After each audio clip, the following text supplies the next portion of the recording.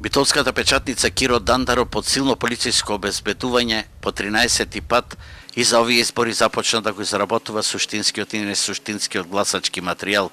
Синоќа представниците на Државната изборна комисија беа во Битола и го одобрија печатењето на гласачките ливчиња и другите гласачки материјали за претседателските избори, но и за изборот на градоначалници во Охрид, Дебар и Ново село.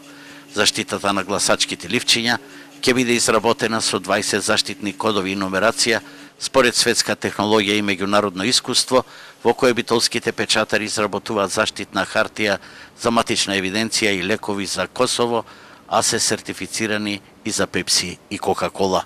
Сношти беше скоро во целосен состав Државната изборна комисија, ги одобри ливчињата и почнавме со работа.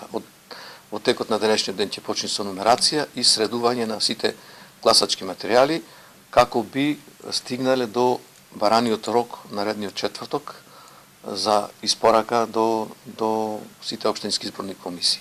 Посебни технички услови за гласање ќе бидат овозможени за лицата со посебни потреби во колички на секој избирачко место и веќе се во подготовка, а за слепите лица ќе бидат изработени специјални шаблони со Браево писмо.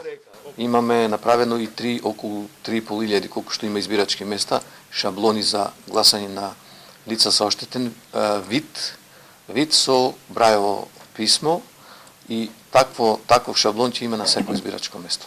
За претседателските избори ќе бидат напечатени вкупно 1.808.131 гласачко ливче според избирачкиот список и заедно со останатиот избирачки материјал ќе бидат подигнати од представниците на општинските изборни комисии во четврток на 18 април, а ден претходно за диаспората.